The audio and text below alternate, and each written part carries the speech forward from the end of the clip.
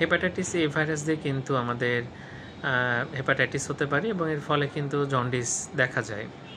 যে কি ভাইরাসটা কিন্তু কখনো ক্রনিক হয় না, এই ভাইরাসটা শরীরে থেকে যায় না এবং এই ভাইরাস থেকে মৃত্যুর হারও কিন্তু বেশ কম। এটা 0.1%, মৃত্যুর হার বেশ কম, 0.1% মানে এটা কম। এবং ফালমিনেন্ট হেপাটিক ফেলিওর হয়ে কিন্তু মারা যেতে পারে। হেপাটাইটিস এ ভাইরাস দিয়ে কিন্তু অনেক ক্ষেত্রে ফালমিনেন্ট হেপাটিক ফেলিওর হতে পারে। তো যাই হোক, কিছু পার্সনের ক্ষেত্রে দেখা যায় যে রিল্যাপসিং হেপাটাইটিস হয়, যখন সেরে যেতে থাকে রোগটা আবার রিল্যাপস করতে পারে এবং সেটাও কিন্তু আবার খুব তাড়াতাড়ি ভালো হয়ে যায়।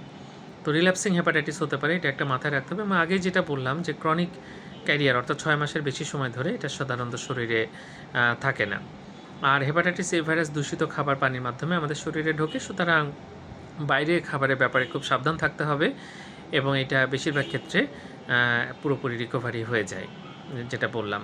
ধন্যবাদ সবাইকে।